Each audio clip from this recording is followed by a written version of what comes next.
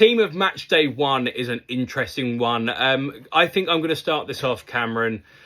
There's one person in goal who I think has captured the heart of probably the whole world. Started the tournament with 50,000 followers. Last I checked, he was on over 6 million. He has more than Patrick Mahomes. It's Vecina from Cape Verde, 40 years of age, and I can't even remember how many saves that he pulled off. I think it was something stupid like 21 attempts from the Spanish, and he kept them at bay. I thought it was absolutely excellent, and I thought the way that he handled himself afterwards as well, with finding out everything. I mean, that is peak World Cup for me. I think he's been excellent, and I think that no one else even has a shout of getting in here. No, not. I mean, there was a few other good goalkeeping performances, but this one has obviously taken off against Spain. You know, the running favourites of the tournament. I think there was 7 shots on target, so at least 7 saves for him. Not to mention any catches or whatever like that. Incredible. But it was just a fantastic performance by him, and it really showed everyone like what can happen. Like with those little teams that come into it on paper, you know, they can compete, and it was great to see. Honestly, like, you know, we would normally criticise a 0-0 in a World Cup, thinking, oh, it was a boring game. But this one, no, this was peak football. One of the smallest teams taking on one of the biggest teams and getting a point out of it, which now could really help them qualify, even as a third-place team, if they manage to get just one win in those final 2 games. One win. Well, I mean, they got a score, which is a difficult thing, but yeah. I mean, essentially, yeah. I mean, if they can keep the Spanish, the favourites to win this tournament, I would probably say, if they can keep them at bay for 90 minutes, I mean, you can do it with anyone. So I mean, even if I hate to say this, could you imagine if they go through with 3 points, they've drawn every single game? But I mean, it'll be great. That would be enough. It would be so iconic. It would be so good for the tournament if they did. But right, we got to move on. We have to keep going, because otherwise we could spend all day talking about this lad. I love him, but Vecina has to be the goalkeeper, 100%. All right, we'll go with a 3-4-3. One of the other ones we'll mention quickly is his centre back in front of him, Pico Lopez. Again, brilliant defending, really helped the team out. Overall, just great defending by the team. Ian, your next pick for defence is? Yeah. I've got Nathaniel Brown, goal and an assist for Germany. I thought he looked really good, really good. And I think, you know, it's easy to say just about those 2 moments with the goal and assist, but consistently a really good performance. Yes, it's the opposition that are against him, but for me, I think that you have to give him a shout because of how he performed. It's not his fault who he's in front of and who he's playing against. He looked really solid, looked really calm, and a centre-back with a goal and an assist. That would be for him a dream World Cup. That would be. I mean, he is going to be absolutely buzzing. So yeah, Nathaniel Brown, really good footballer in my eyes. I'm very excited to see more from him, but he had to be in this team for me. Yep. Next up for me is Harry Souttar from Australia.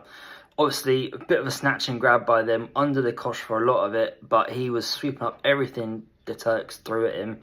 And yeah, again, really good, sound defence performance. You could have picked anyone in that Australia back four. Even the goalkeeper could have really, if Vecina didn't have a worldie of a game, he would probably be in there as well.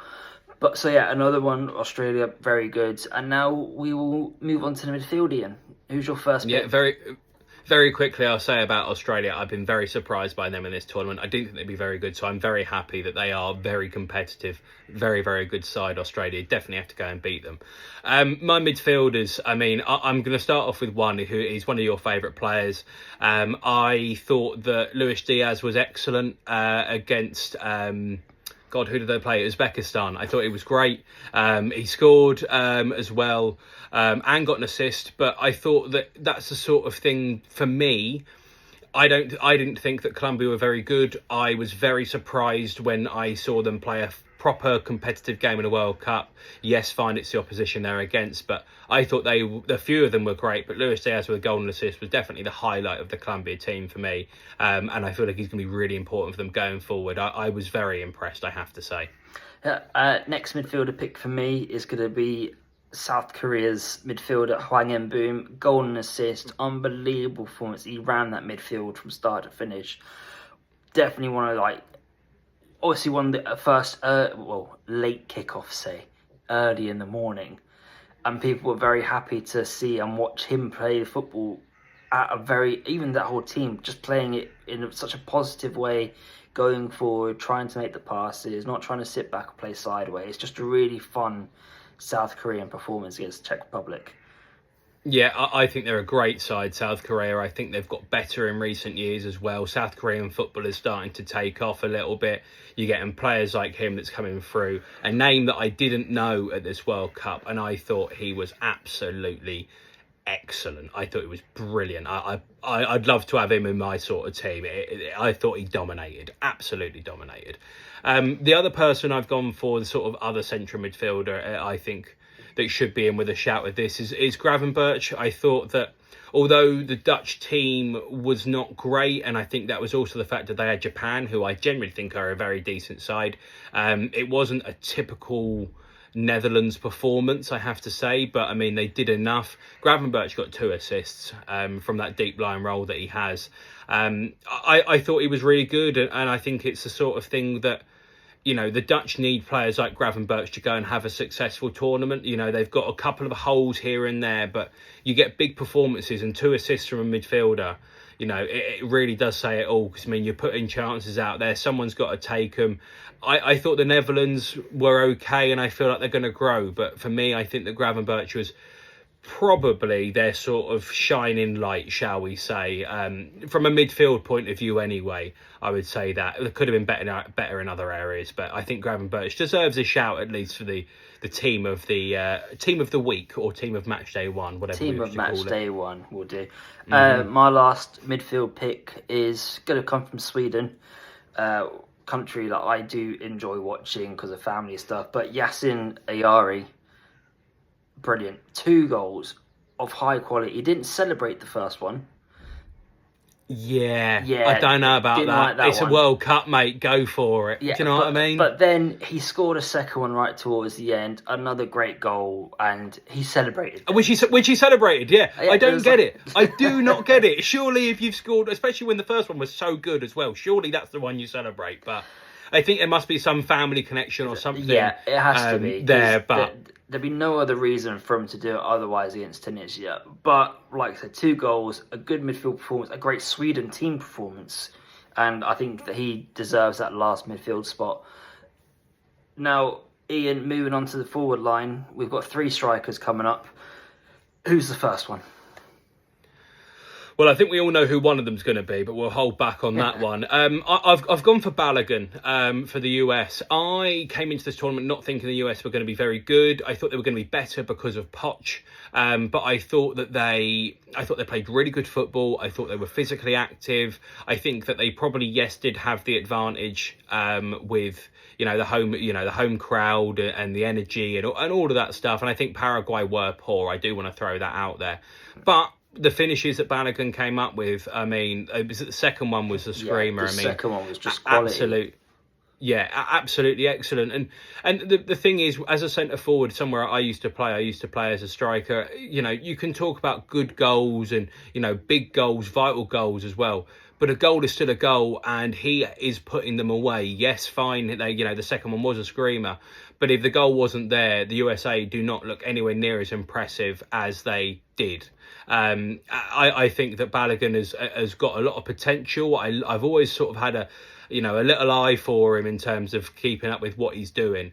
But yeah, I thought he had a really, really good game. And if that's what's going to keep up, I feel like it's going to be hard for him to keep that level up and that momentum up. But if he's going to be able to keep that up, he's going to definitely carry the United States through. Maybe we'd like to cut the goals from other people from the US, or a couple of shining lights. But Balogun, I thought, was I wouldn't say he put the US on his shoulders, but without his goals, they do not look anywhere near as impressive as they did on Matchday One. So I think for me, Balogun has to be in. For me, obviously, we'll still keep that big name quiet, just for one more name. But I think, obviously, there's a few players who scored 2 goals, Haaland and Mbappe, just to name a couple. But I'm going to go for Alexander Isak. He only scored 1 goal in comparison, but he also got 2 assists. But throughout the game, he looked fit, he looked sharp, he looked quick again, which is something he hadn't been looking for Liverpool since he'd come back from his injury. He looked like his old self, and it was a really good performance by him. Him and Gyökeres up top played really well together, but I think he was the one that probably just edged it a bit for me with the numbers I think he the got. thing with, I think the thing with someone like Isak, where he has been out for so long as well, a lot of people will go, oh yeah, but is he match sharp? Actually, he's really physically fit and ready to go. He is so rested compared to others. Yeah, I thought he played well, and there's a great centre forward in there, and I always want to see it. I prefer to not see it for Liverpool. So if we can see it in the World Cup, that would be fantastic. That would be absolutely great.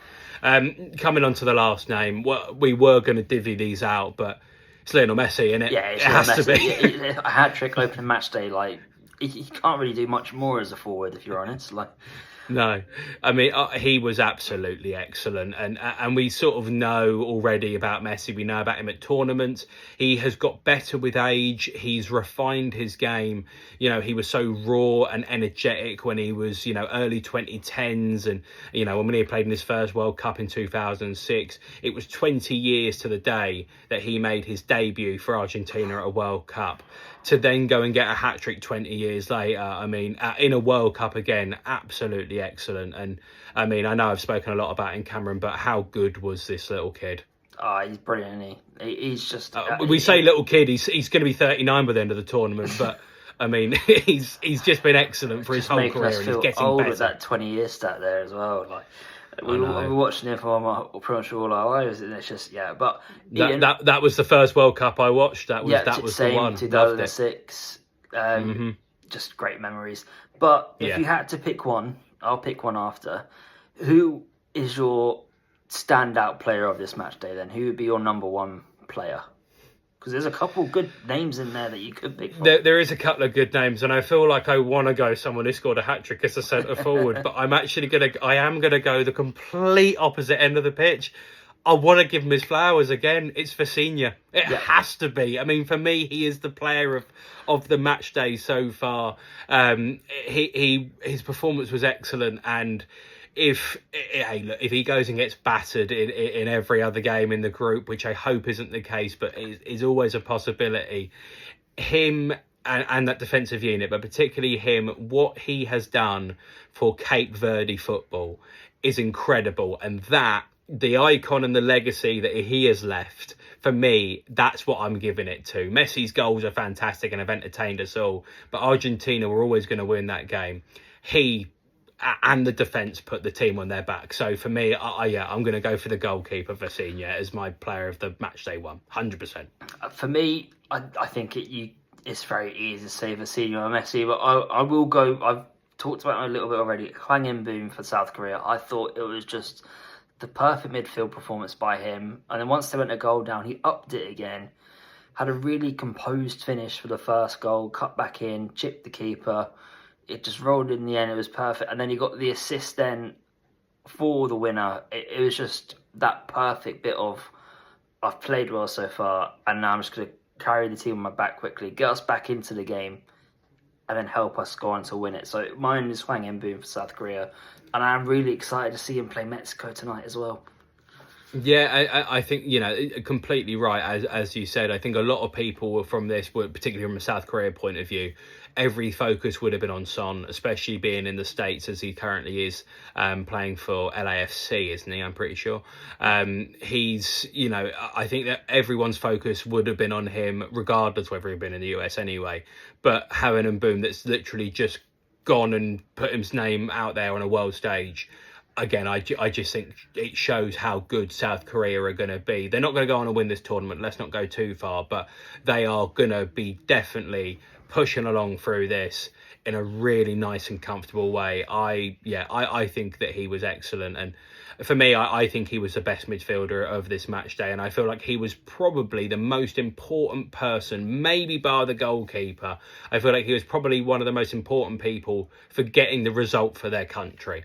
Yeah, fine, people scored individual goals, but I thought all about his play was excellent. Obviously, what he did with the ball, but also what he was doing off the ball, how he was moving people. I just thought he was great. So yeah, I really like that shout. But thank you for watching. If you're new around here, make sure you like, share and subscribe. That is our team of Matchday One, with our player of Matchday One, or players being Mboum for South Korea and Vasinha, the icon, the legend for Cape Verde. Take care, stay safe, and make sure you check out all of our World Cup content.